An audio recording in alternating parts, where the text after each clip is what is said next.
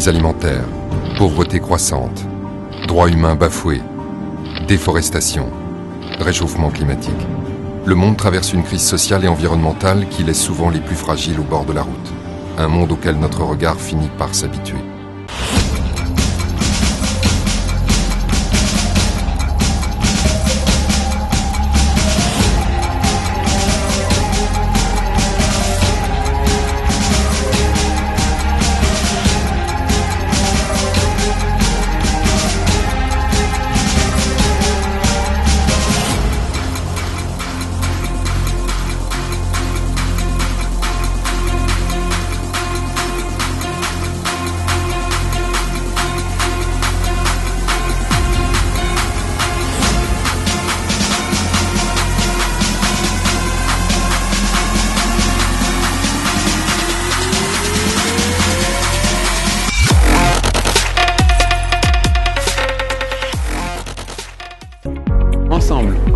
Ensemble, prenons le parti de la solidarité. Vivre ensemble, c'est parler ensemble.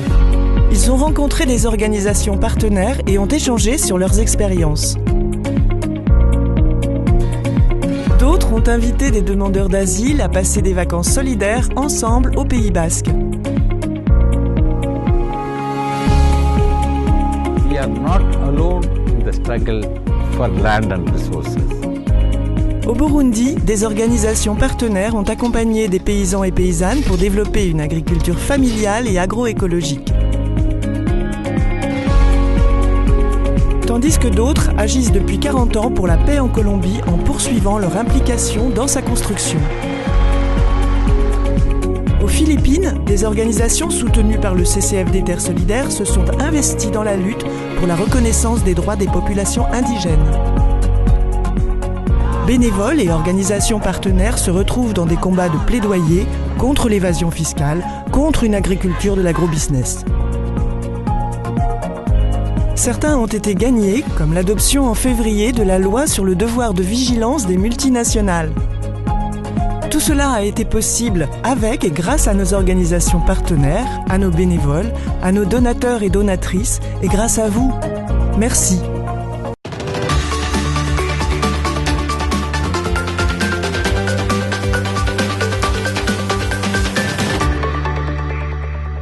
L'ensemble du CCFD Terre Solidaire vous remercie pour votre confiance, votre intérêt et votre soutien à nos actions. Avec vous, tous ensemble, nous agissons pour plus de solidarité et nous luttons contre la faim. Notre action aide, accompagne des hommes et des femmes mobilisés et engagés au sein de leur communauté pour lutter contre les pauvretés. Promouvoir la solidarité internationale, c'est tisser des liens entre les hommes et les femmes, ici mais aussi là-bas. C'est agir pour que ces hommes et ces femmes puissent construire leur communauté, construire leur territoire, pour transformer toutes les contraintes qu'elles subissent en opportunités. En Afrique subsaharienne, le CCFD Terre Solidaire a fait le pari d'agir durablement contre la faim. Cela passe bien sûr par des soutiens à des projets agricoles, mais aussi c'est accompagner des hommes et des femmes, paysans, paysannes, à s'organiser, à se structurer au sein d'organisations locales fortes et performantes. Cela passe aussi par un soutien à la structuration des filières commerciales, pour que ces paysans puissent vendre leurs marchandises, puissent vivre de leur production. Ainsi, par exemple, en Guinée, nous soutenons, depuis 1996, la Fédération des paysans du Fouta-Djallon. Cette région, au tout départ de notre action, était une région qui connaissait de forts déficits alimentaires. Depuis, grâce à notre action, cette Fédération des paysans du Fouta-Djallon a pu s'organiser, a pu mieux se structurer. Elle rassemble maintenant plus de 15 000 paysans et paysannes au nord de la Guinée. Ces hommes et ces femmes ont pu améliorer leurs moyens de production, ont pu améliorer leurs moyens de commercialisation et arrivent maintenant à mieux vivre de leur production. Agir contre la faim nécessite du temps, car il faut redonner confiance à ces hommes et à ces femmes. Mais c'est aussi agir contre un contexte qui est parfois très contraignant, contexte fait de conflits, contexte fait de concurrence internationale déloyale vis-à-vis de ces agriculteurs, contexte fait d'aléas climatiques. Mais c'est aussi aider à la restructuration d'un tissu économique local nécessaire pour que ces hommes et ces femmes puissent vendre leur production. Vaincre la faim est l'affaire de tous. Merci de porter avec nous l'espérance d'un monde meilleur.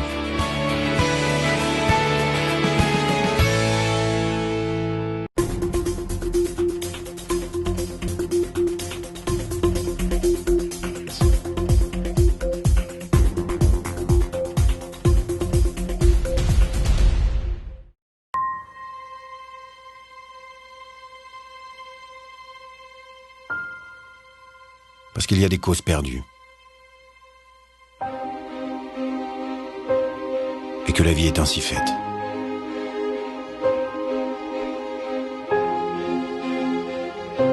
Parce qu'on ne peut pas soigner toute la misère du monde. Il est temps de se rendre à l'évidence et d'accepter que chacun a un rôle à jouer et que chaque victoire est une lutte. On peut changer l'histoire, car rien n'est écrit d'avance.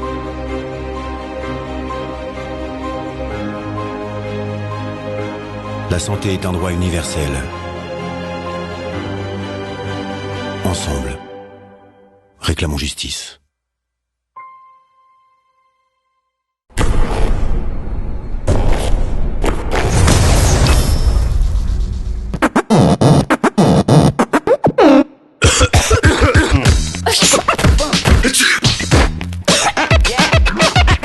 Are you Chinese?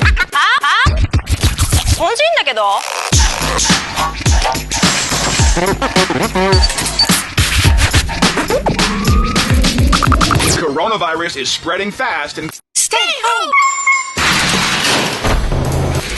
Going up.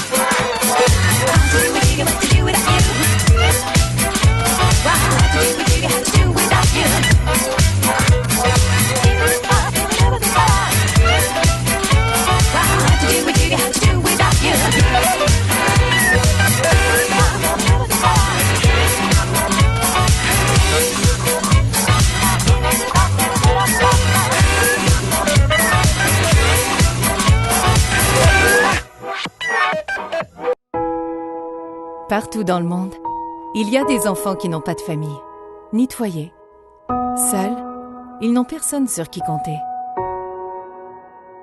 Mais grâce au grand cœur des employés de Transat, depuis 2009, ils ont de l'aide. SOS travaille dans des pays de destination de Transat. Ensemble, nous donnons aux enfants qui ont tout perdu des endroits sûrs pour jouer, des foyers stables et chaleureux, une deuxième chance de vivre leur enfance et des assises solides pour un avenir prometteur.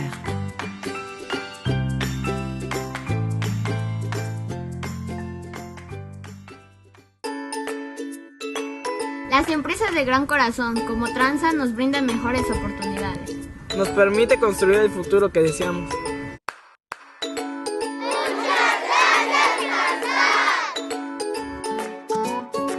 Y la oportunidad que ustedes nos brindan con su donativo no solo nos hace soñar con ser licenciados o ingenieros, lo hace real. Merci du fond du cœur de contribuer à changer les choses.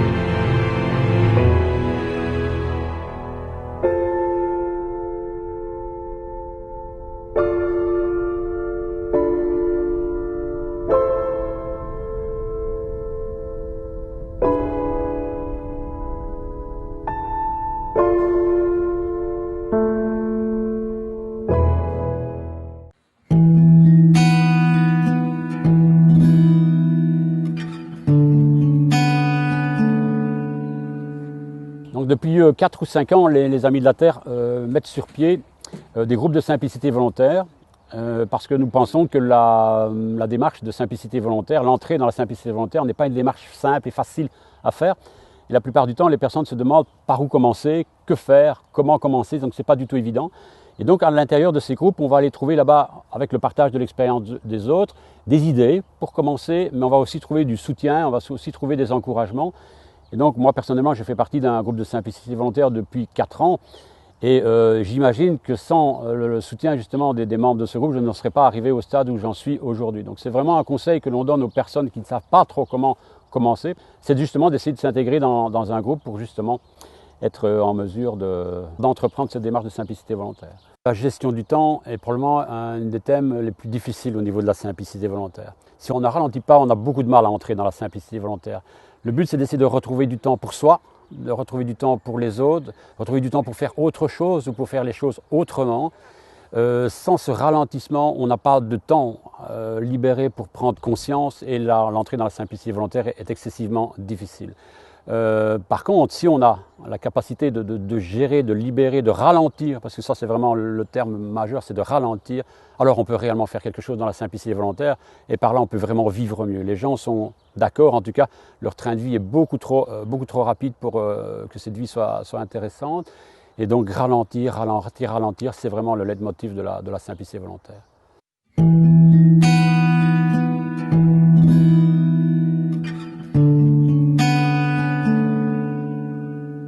En 4 ans de démarche, il y a quand même quelques résultats qui me semblent en tout cas très, très encourageants.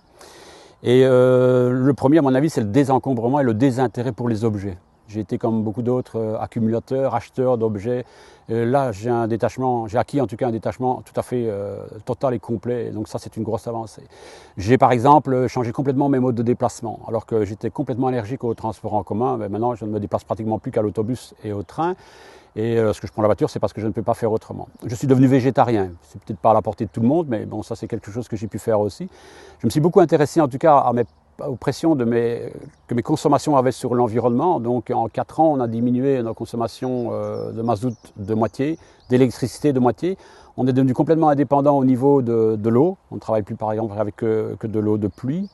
Et ce qui est intéressant dans ces démarches, c'est qu'on pourrait penser que c'est à nouveau une mortification, c'est une privation, mais non, on le fait parce que maintenant c'est devenu pour nous autres, en tout cas dans l'ordre des choses, et ça nous paraît tout à fait naturel. On n'envisage plus de faire autrement que ce qu'on fait pour le moment.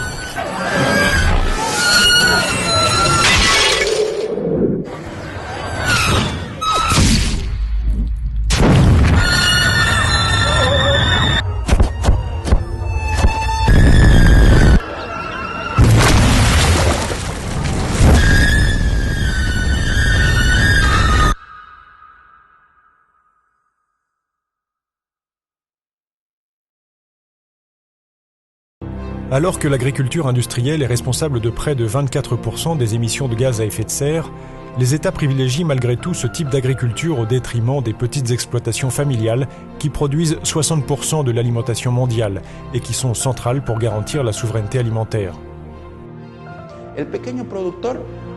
Les petits producteurs représentent 34% de la surface cultivée et 90% de la production.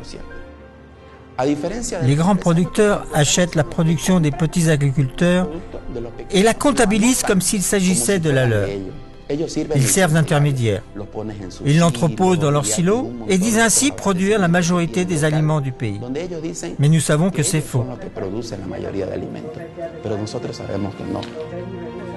Centre de recherche et de promotion de la paysannerie, SIPCA est un partenaire du CCFD Terre Solidaire qui soutient l'agriculture familiale en Bolivie. Une des actions principales de SIPCA a été de soutenir les luttes pour l'accès à la terre et la gestion des territoires par les communautés paysannes.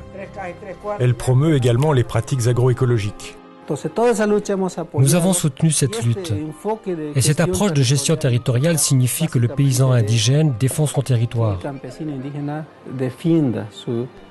utilise ses ressources de manière rationnelle et planifiée.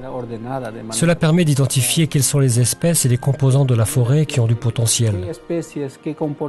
Par exemple, commercial, médicinal ou artisanal, tout en intégrant la dimension sociale. Pero además incorpora el componente social. Nous serons un monde, un modèle de société en paix, en harmonie, lorsqu'il y aura égalité. Car tant que nous aurons un développement économique planifié par les pays riches, nous n'aurons pas de paix sociale, nous n'aurons qu'injustice et inégalité, la pauvreté pour des millions de personnes et la richesse pour quelques-uns. Si nous sommes solidaires, nous pourrons bien vivre.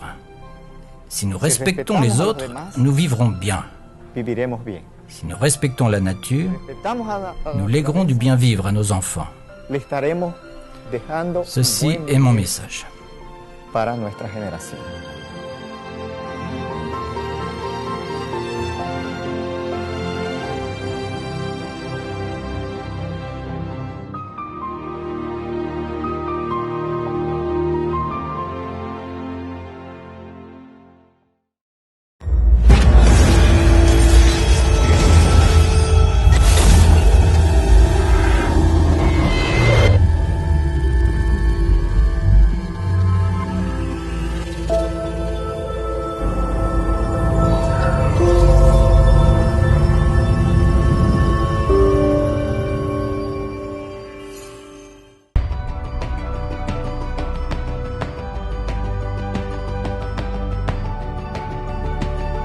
« 1960.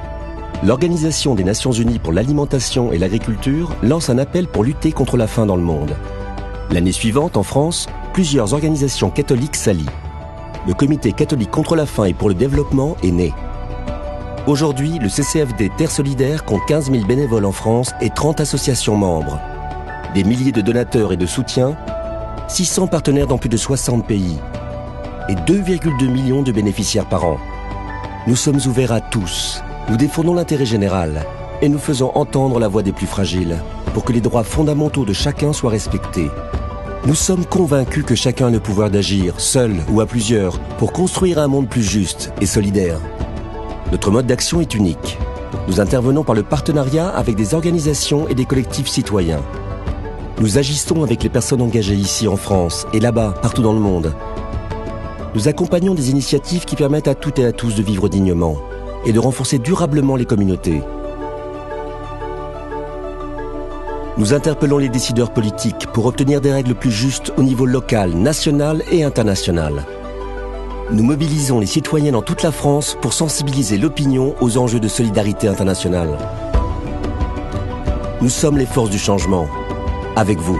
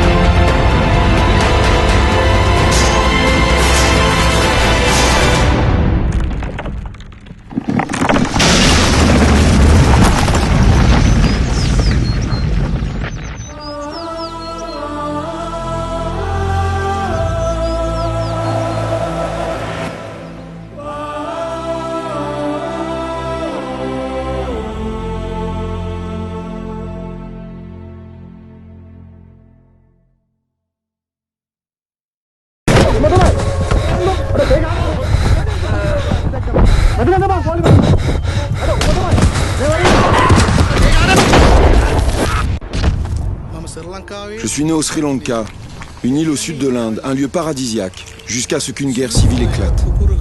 À l'époque, j'étais à Muttur, une ville au nord de l'île. Je travaillais pour Action contre la faim, une organisation humanitaire internationale. Août 2006, au petit matin, des hommes sont entrés dans les locaux, nous ont alignés dans la cour, à genoux, les mains dans le dos. Au total, 17 employés d'Action contre la faim exécutés d'une balle dans la tête. Je suis mort il y a 6 ans. Aujourd'hui, si je vous parle, c'est que nos meurtriers sont toujours libres. Des preuves ont volontairement été dissimulées. Tout a été fait pour que la justice ne soit pas rendue. J'étais là pour sauver des vies, pas pour la perdre.